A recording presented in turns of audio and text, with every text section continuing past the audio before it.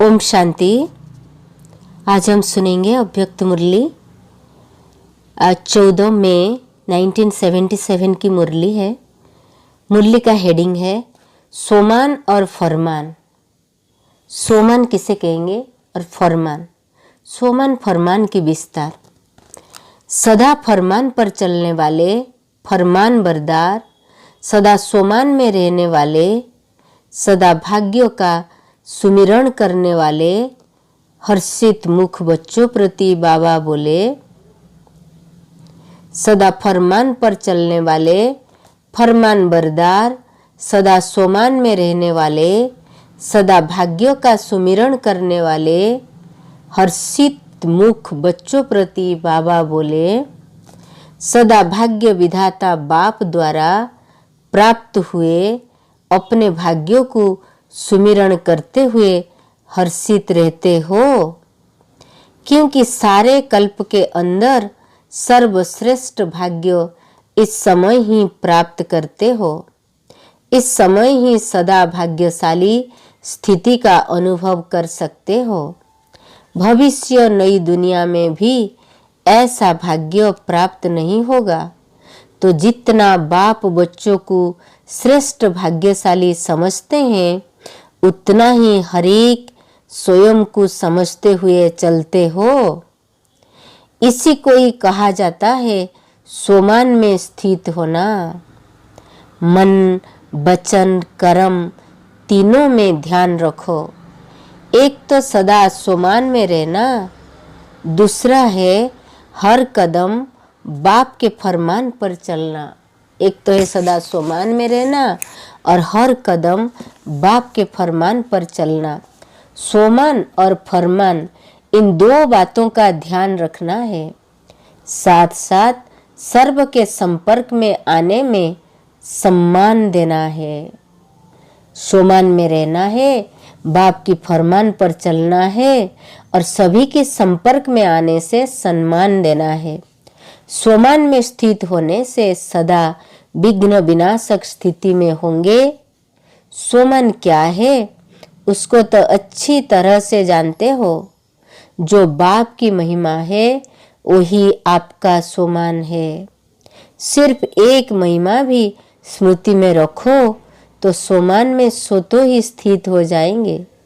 सोमान में स्थित होने से किसी भी प्रकार का अभिमान, चाहे देह का व बुद्धि का अभिमान, नाम का अभिमान, सेवा का अभिमान व विशेष गुणों का अभिमान स्वतः समाप्त हो जाता है। इसीलिए सदा विघ्न विनाशक होते हैं। ऐसे सोमान में स्थित होने वाला सदा निर्माण रहता है। अभिमान नहीं, लेकिन निर्माण। इससे सर्व द्वारा सदा स्वतः ही सदा मान मिलता है। मान लेने की इच्छा से परे होने के कारण सर्व द्वारा श्रेष्ठ मान मिलने का पात्र बन जाता है। बहुत इम्पोर्टेंट बात बाबा ने बताए कि मान लेने की इच्छा से परे होने के कारण सर्व द्वारा श्रेष्ठ मान मिलने का पात्र बन जाता है। यह अनादि नियम है। सर्व द्वारा मान मांगने से नहीं मिलता, लेकिन सम्मान देने से, सोमान में स्थित होने से प्रकृति दासी के समान सोमान के अधिकारी के रूप में मान प्राप्त होता है। मान के त्याग में सर्व के माननीय बनने का भाग्य प्राप्त होता है। जैसे सोमान में रहने वालों का सिर्फ इस एक जन्म में मान नहीं होता, लेकिन सारे कल्प में आधा कल्प अपने रॉयल रजाई फैमिली परिवार द्वारा और प्रजा द्वारा मान प्राप्त होता है और आधा कल्प भक्त द्वारा मान प्राप्त होता है। इतने तक जो लास्ट जन्म में चैतन्य रूप में अपने प्राप्त हुए मान की प्रारब्ध को स्वयं ही देखते हो। चैतन्य अपने जड़ चित्र को देखते हो ना, तो सारे कल्प में प्राप्त हुए मान का आधार क्या हुआ? न अल्पकाल के विनाशी मान का त्याग, अर्थात सोमान में स्थित हो निर्माण बन सम्मान देना है। यह देना ही लेना बन जाता है। सम्मान देना अर्थात उस आत्मा को उमंग उल्लास में लाकर आगे करना। अल्पकाल का पुण्य अल्पकाल की वस्तु देने से होता है व अल्पकाल के सहयोग देने से होता है। लेकिन यह सदा काल का उमंग उत्साह अर्थात खुशी का खजाना व स्वयं के सहयोग का आत्मा को सदा के लिए पुण्य आत्मा बना देता है। इसलिए यह बड़े ते बड़ा पुण्य हो जाता है। एक जन्म में किए हुए इस पुण्य का फल सारा कल्प मिलता है। इस कारण कहा कि सम्मान देना नहीं लेकिन लेना है। लौकिक रूप में भी कोई पुण्य का काम करता है तो सबके आगे माननीय होता है। लेकिन इस श्रेष्ठ पुण्य का फल पूजनीय और माननीय दोनों बनते हो। अपने आप से पूछो कि ऐसे पुण्य आत्मा बन सदैव पुण्य का कार्य करते हो। सम्मान दो व सम्मान मिलना चाहिए। वह मेरा सम्मान क्यों नहीं रखा जाता, इसका क्यों रखा जाता। लेने वाले हो या देने वाले हो, यह भी लेने की भावना रॉयल बेगरपन अर्थात भिखारीपन है। यह भी लेने की भावना रॉयल बेगरपन या अर्थात भिखारीपन है। तो सोमान और सम्मान, सोमान में रहना है, सम्मान देना है। सोमान में रहना है और सम्मान देना है, उसमें रॉयल बेगर नहीं है। बाकी क्या करना है? हर कदम फरमान पर चलना है। हर कदम फरमान पर चलने वाले के आगे सारी विश्व सदा कुर्बान जाती है। साथ साथ माया भी अपने वंश सहित कुर्बान हो जाती है अर्थात सरेंडर हो जाती है। माया बार बार करती है। इसे सिद्ध है कि हर कदम फरमान पर नहीं है। सदा फरमान पर न चलने का कारण माया भी झटकू रूप में कुर्बान नहीं होती। इसलिए बार करती है और बार आप लोगों को चिल्लाने के निमित्त बन जाती है। चिल्लाना हुआ, माया आ गई, आज इस रूप में आ गई, अब क्या करे? माया को अर्थात विघ्नों को कैसे मिटाए? तो झटकू न होने का कारण माया भी चिल्लाती, आप भी चिल्लाते हो। इसलिए फरमान पर चलो तो ओहो कुर्बान हो जाए। आप बाप पर कुर्बान जाओ, माया आप पर कुर्बान जाएगी। कितना सहज साधन है फरमान पर चलना। सोमान और फरमान सहज है ना। इससे जन्म जन्मांतर की मुश्किल से छूट जाएंगे। अभी सहज योगी और भविष्य में सहज जीवन होगी। ऐसी सहज जीवन बनाओ, समझा? ऐसी सहज जीवन बनाओ। अच्छा, ऐसे सदा फरमान पर चलने वाले, फरमान बरदार, सदा सोमान में रहने वाले, अल्पकाल के विनाशी मान को त्याग करने वाले, सदा माननीय पूजनीय का पाठ प्राप्त करने वाले, ऐसे बाप पर सदा कुर्बान होने वाली आत्माएं सदा सर्व के प्रति सम्मान दे। स्नेह लेने वाली स्नेही आत्माओं को बाप दादा का याद प्यार और नमस्ते।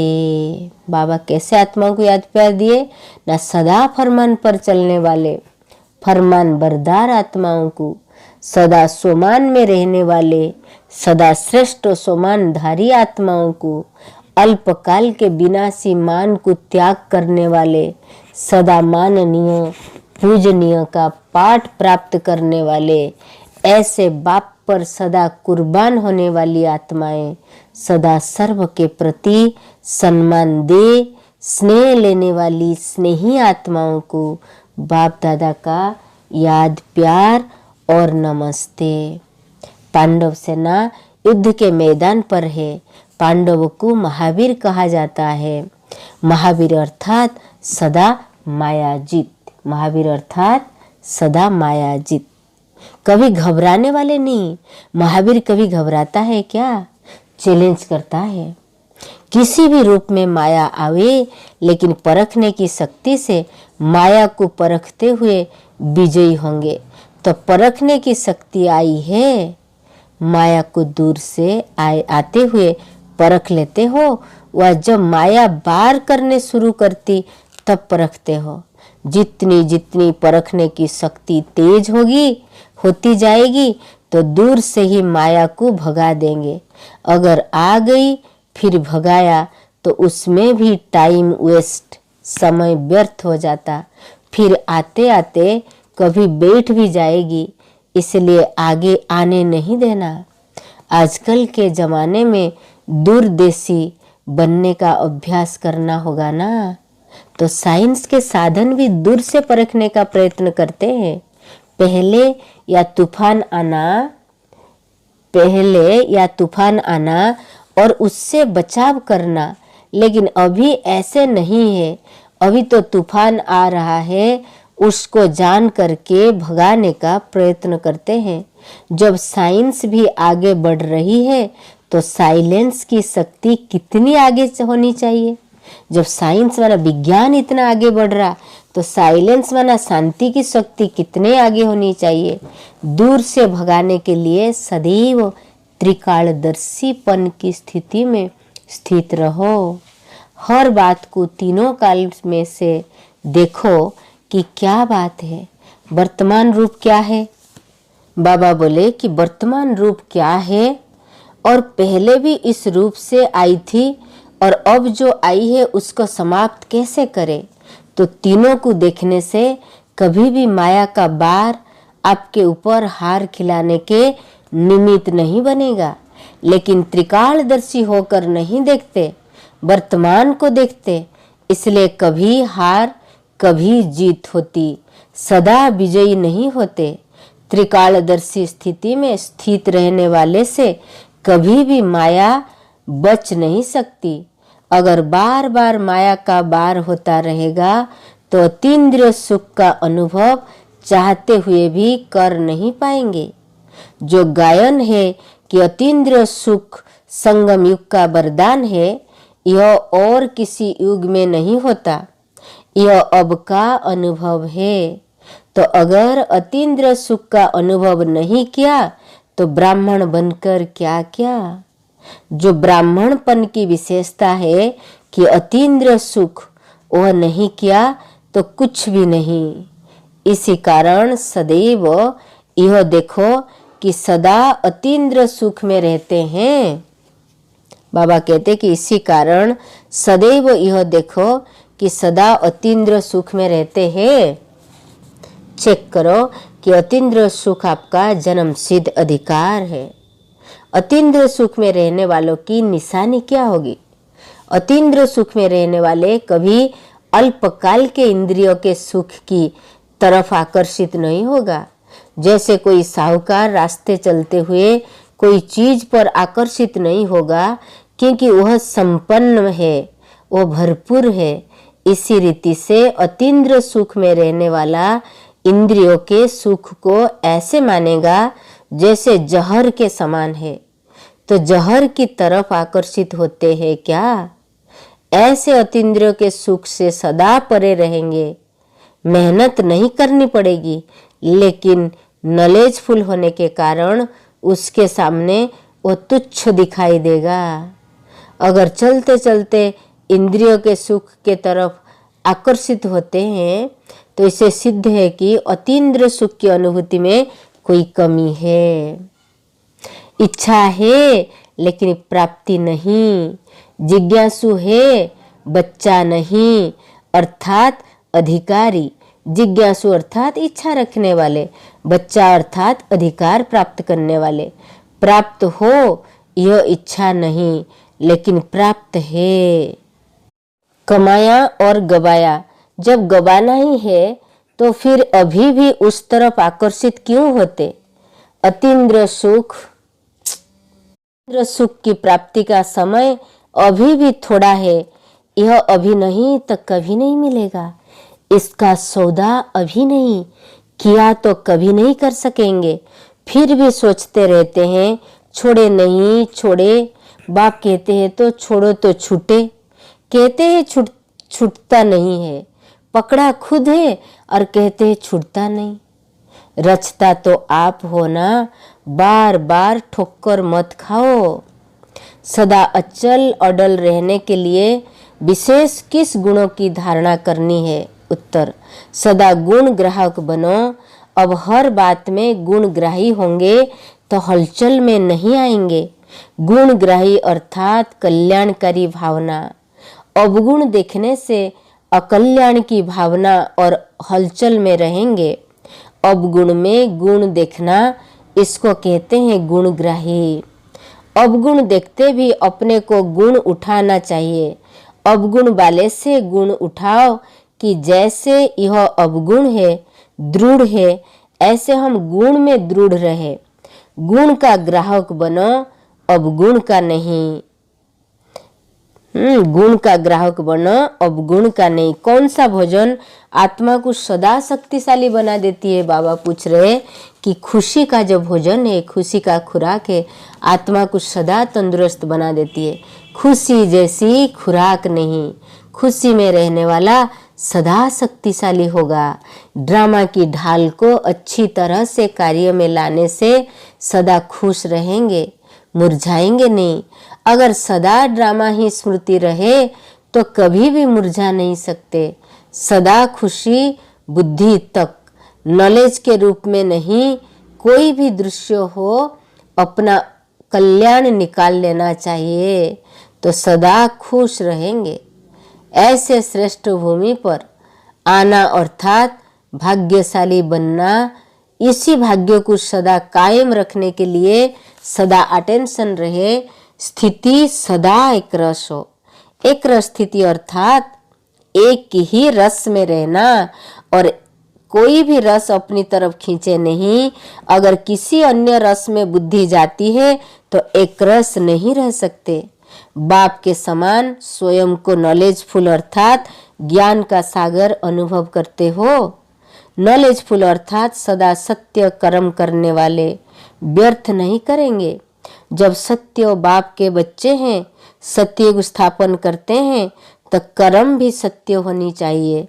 बोल, कर्म, संकल्प सब सत्य होनी चाहिए। इसको कहते बाप के समान मास्टर नॉलेजफुल अर्थात ज्ञान स्वरूप। इसको कहते मास्टर नॉलेजफुल अर्थात ज्ञान स्वरूप। ओम शांति। आज बाबा ने हमें भरपूर कर दिए कि सदा खुशी का खजाना क्या है, जो शक्तिशाली बनाए आत्मा को। कौन सा भोजन आत्मा को शक्तिशाली? ना खुशी। सदा अचल अडल रहने का विशेष कौन सा गुण धारण करना है? ना सदा गुण ग्राहक बनो। दूसरों की गुण को अपने में धारण करो। एक दूसरे की गुण को देखते रहो और वर्णन करते रहो। और बाबा ने पूछा अतीन्द्र सुख में रहने वाले की निशानी क्या होगी? ना वो सदा क्या होगा? सुख और सुख की तरफ आकर्षित होगा, दुख की तरफ नहीं। क्योंकि वह संपन्न होगा, सदा भरपूर होगा। अतीन्द्र सुख वाला कभी किसी तरफ उनकी आंख डूबेगा नहीं। वो सब चीज छोड़ सकते हैं दुनिया की, क्योंकि अतीन्द्र सुख में डूबे हुए हैं। और सोमान और फरमान, सदा अपना सोमान में रहना, बाप की फरमान पर चलना और सदा एक दूसरे को सम्मान देना। तो मांगना नहीं, सम्मान मांगने वाले सोमान में नहीं रह सकते हैं। ओके, ओम शांति। Have a good day, God bless you.